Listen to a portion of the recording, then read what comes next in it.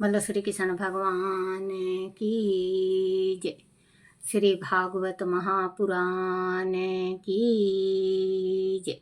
श्री मद्भागवत महापुराण में चौथा अध्याय नभाग और राजा अम्बरसीर की कथा। श्री सुखदेव जी ने कहा, परीक्षित, मनु के पुत्र नभग का पुत्र नाभाग था। वह दीर्घ काल तक ब्रह्मचर्य का पालन और वेदों का अध्ययन करके वन से लौटा तो उसके भाइयों ने पिता के अलावा उसे कुछ भी नहीं दिया। उसने अपने पिता से जाकर यही कहा कि उसके भाइयों ने उसे हिस्से में आपको ही दिया है। उसके पिता ने कहा कि उसे उनकी बात नहीं माननी चाहिए।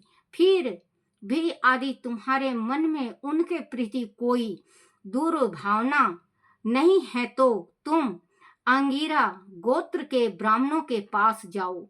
वह इन दिनों एक बड़ा भारी यज्ञ कर रहे हैं। वह हर छठे दिन अपने कर्म में टूटी कर देते हैं। तुम उन महात्माओं के पास जाकर उन्हें वैष्णव देव संबंधी 2 सूक्त बतला दो। जब वह स्वर्ग जाने लगेंगे तो यज्ञ से बचा हुआ अपना सारा धन तुम्हें देंगे। अपने पिता के कहने पर नभाग उनके पास गया और उसने वैसा ही किया जैसा पिता ने बताया था। उन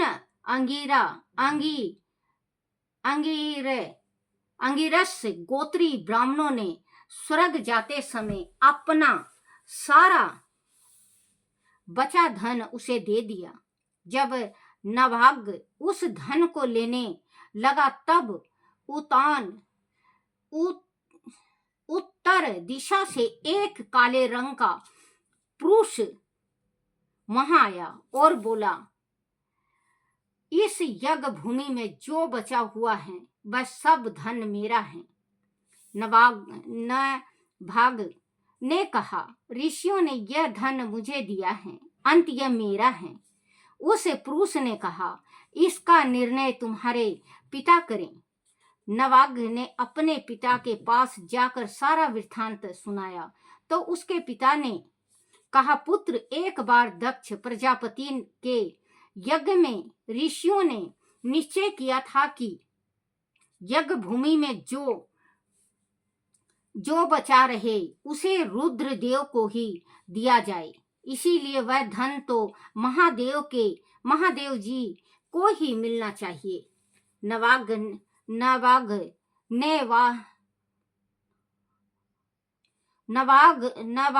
ने वापस जाकर उस काले पुरुष को आदर के साथ प्रणाम किया और कहा, हे महादेव, मेरे पिता ने कहा है कि यज्ञ भूमि की सभी वस्तु आपकी हैं। मुझसे जो अपराध हुआ है आप मुझे कृपया क्षमा करें। तब भगवान रुद्र ने कहा, वत्स, तुम्हारे पिता ने धर्म नुकुल निर्णय दिया है। और तब भगवान रुद्र ने कहा, वत्स, तुम्हारे पिता ने धर्म नुकुल निर्णय दिया है और तुमने भी सत्य कहा है। मैं तुमसे बहुत प्रसन्न हूँ। मैं तुम्हें ब्रह्म दत्तों का यह ज्ञान देता हूँ। वह बचा हुआ जो अंश है वह भी मैं तुम्हें देता हूँ, इसे स्वीकार करो। इतना कह सत्य प्रेमी भगवान रुद्र अंतर्ध्यान हो गए। जो मनुष्य प्रत्य और सायकाल एक ग्रसित होकर इस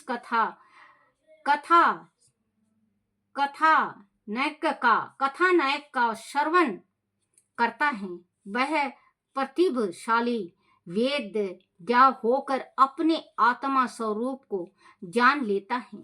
परीक्षित, इस नभाग के पुत्र थे अम्बिसर, वह भगवान के बड़े भक्त थे और धर्मात्मा थे। ब्रह्म ब्रह्मा ब्रह्मा श्राप भी उनका कुछ नहीं बिगाड़ सकता था। परीक्षित ने भी कु परीक्षित ने श्री सुखदेव जी से राजा अम्बिसर की कथा सुनने की जिज्ञासा प्रकट की तो उन्होंने राजा अम्बिसर की कथा को इस प्रकार सुनाया। बोलो श्री कृष्ण भगवान की जय। राजा अम्बिसर की कथा। परीक्षित, राजा अम्बिसर बड़े भाग्यवान थे। उन्हें भगवान श्री हरि का प्रेम प्राप्त हुआ था।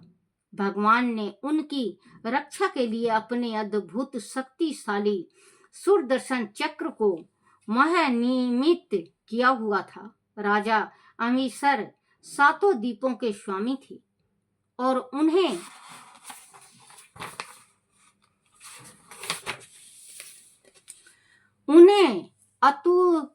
अतुलनीय ऐश्वर्य प्राप्त था। फिर भी उसमें उनका जरा भी मोह नहीं था। भगवान श्री कृष्ण और उनके भक्तों में ही उनका मन रमा रहता था। उन्होंने अपनी सारे कार्य श्री कृष्ण और उनके भक्तों में ही उन्होंने अपने सारे कर्म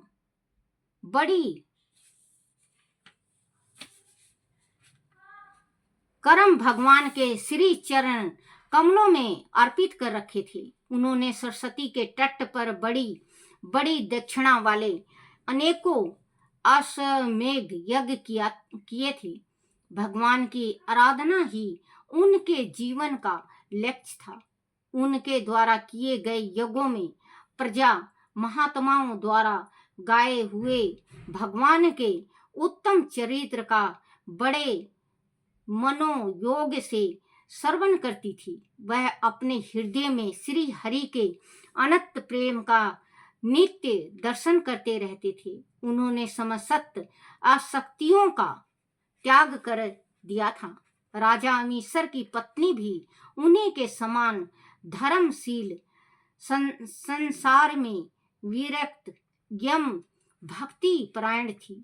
एक बार राजा अम्बिसर ने अपनी पत्नी के साथ भगवान श्री कृष्ण की आराधना के लिए 1 वर्ष तक द्वादशी प्रधान एकादशी व्रत करने का संकल्प किया। व्रत के समाप्त होने पर कार्तिक मास में उन्होंने 3 रात का उपवास किया और प्रातःकाल उठकर यमुना जी से स्नान किया। तब मधुवन में जाकर भगवान श्री कृष्ण की पूजा की। उन्होंने भगवान का महाअभिषेक सभी प्रकार की सामग्री द्वारा किया। फिर उन्होंने ब्राह्मणों को स्वादिष्ट भोजन कराया। उन्हें बहुमूल्य गौएं दान में दी। सबसे अंत में ब्राह्मणों से आज्ञा लेकर उन्होंने व्रत का पारण करने की तैयारी की। उसी समय महाक्रोधी दुर्वासा ऋषि अपने शिष्यों के साथ वहां अतिथि रूप में पधारे। राजा अम्बिसर उन्हें देखते ही उठ खड़े हुए, उन्हें आसन देकर आदर के साथ बैठाया और विधि पूर्वक उनके चरणों की पूजा की। बाद में राजा ने उनसे भोजन करने की प्रार्थना की। दुर्वासा ऋषि ने स्नान करके भोजन करना स्वीकार कर लिया। वह अपने शिष्यों के साथ यमुना तट पर स्नान ध्यान के लिए चले गए। इधर द्वादशी केवल घड़ी भर शेष रह गई, परंतु दुर्वासा ऋषि का कहीं अता पता नहीं था कि वह कब लौट कर आएंगे। धर्म यज्ञ राजा अम्बिसर ने ब्राह्मणों से परामर्श किया कि अब क्या करना चाहिए। आदि वह दुर्वासा ऋषि और उनके शिष्यों को भोजन कराए बिना ही स्वयं भोजन कर लेते हैं और द्वादशी रहते व्रत का पारण नहीं करते हैं तो दोनों ही स्थिति में दोष लगता है। विचित्र धर्म संकट था, वह करे तो क्या करें। तब ब्राह्मणों ने विचार करके उन्हें बताया कि स्मृतियों में ऐसा कहा गया है कि जल पी लेना भी भोजन करना ही है और नहीं भी है। ऐसा निश्चित करने के उपरांत राजा अम्बिसर ने समय रहते जल पी लिया। परीक्षित, उसी समय दुर्वासा ऋषि अपने शिष्यों के साथ वहां आ धमके और क्रोध में भरकर बोले, अच्छा, तो तूने धर्म का उल्लंघन करके व्रत का पालन कर लिया। तू निश्चित ही क्रूर और दुष्ट है। तू अपने आप को बड़ा समर्थ मानता है। भगवान की भक्ति का तू ढोंग करता है। तुझे भोजन का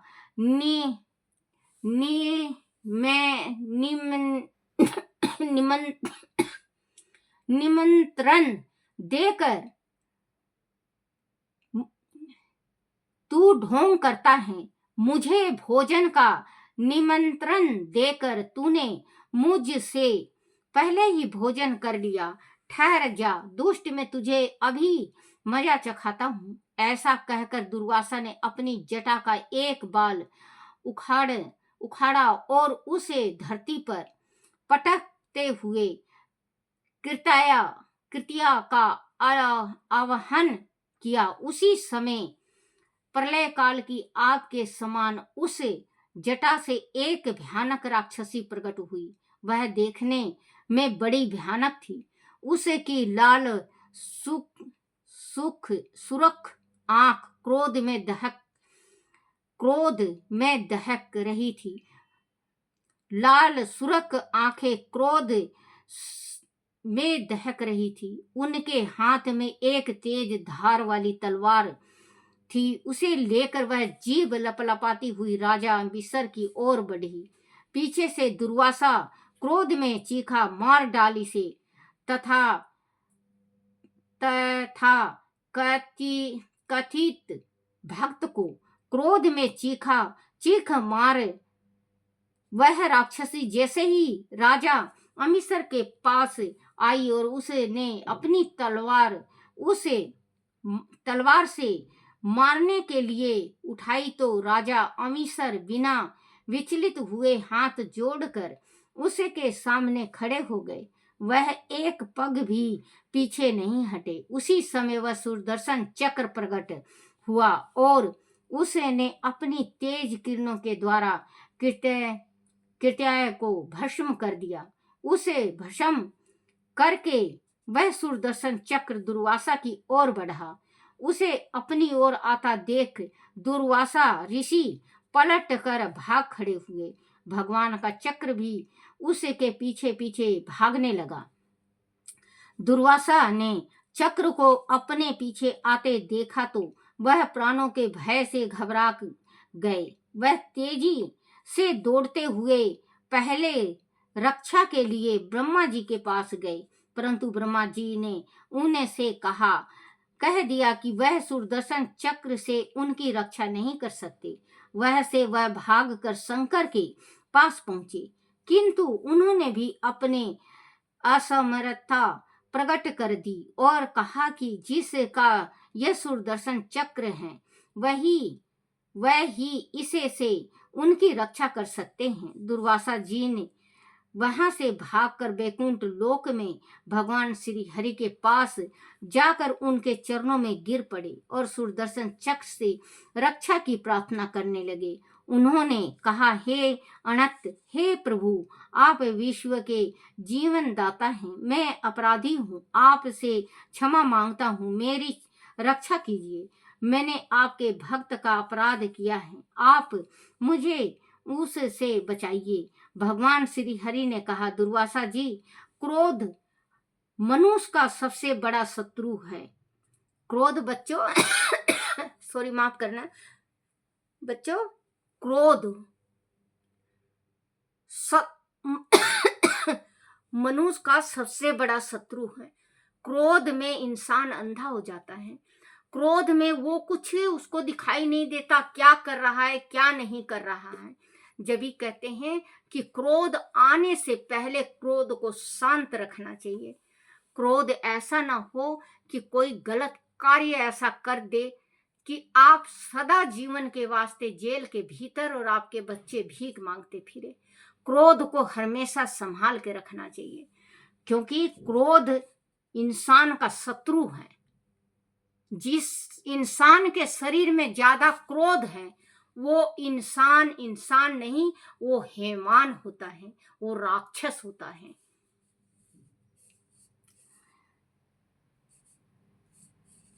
भगवान श्री हरि ने कहा, दुर्वासा जी, क्रोध मनुष्य का सबसे बड़ा शत्रु है। मैं तो सदैव अपने भक्तों के बस में रहता हूं। मुझे जरा भी स्वाधीनता प्राप्त नहीं है। मेरे सीधे साधे भक्तों ने मेरे हृदय को अपने हाथों में कर रखा है। वह मुझसे प्यार करते हैं तो मैं उनसे प्यार करता हूँ। अपने भक्तों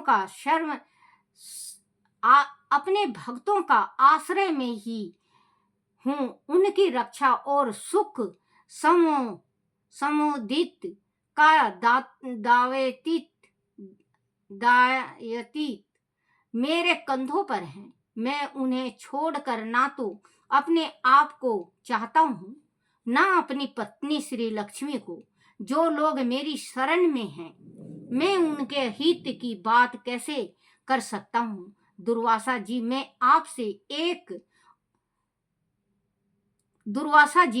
आपसे और क्या कहूँ? मेरे प्रेमी भक्त तो मेरे हृदय में हैं और उन प्रेमी भक्तों का हृदय मैं स्मृत हूँ।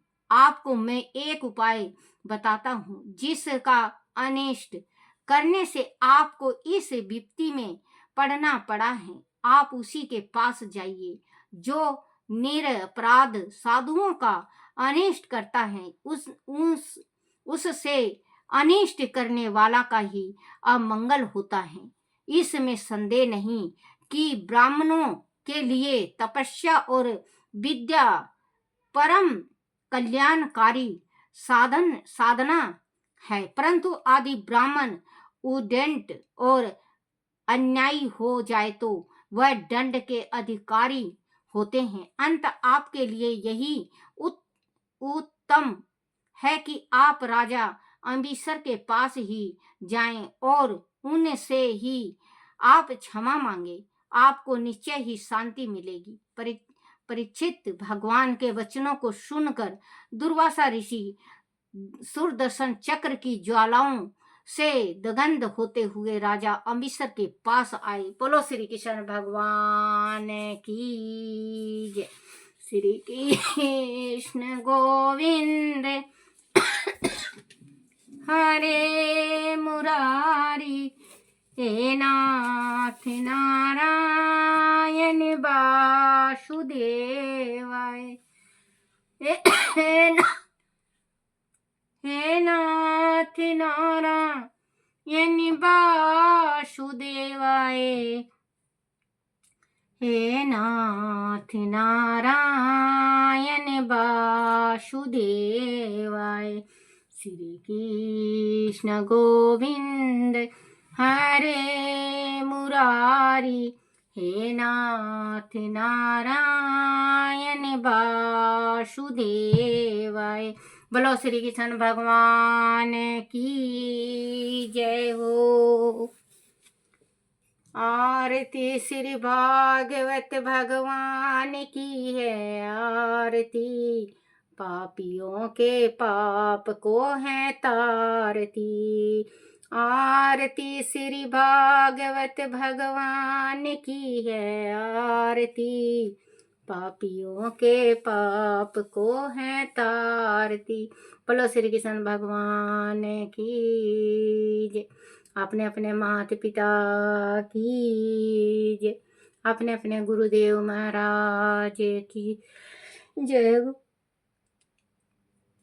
हे मेरे कान्हा, हे मेरे गिरधर, हे मेरे गोपाला, मेरे से कोई भूल हो जाए, गलती हो जाए, कोई त्रुटि हो जाए, मुझे क्षमा करना, क्षमा करना, क्षमा करना। हे मेरे कान्हा।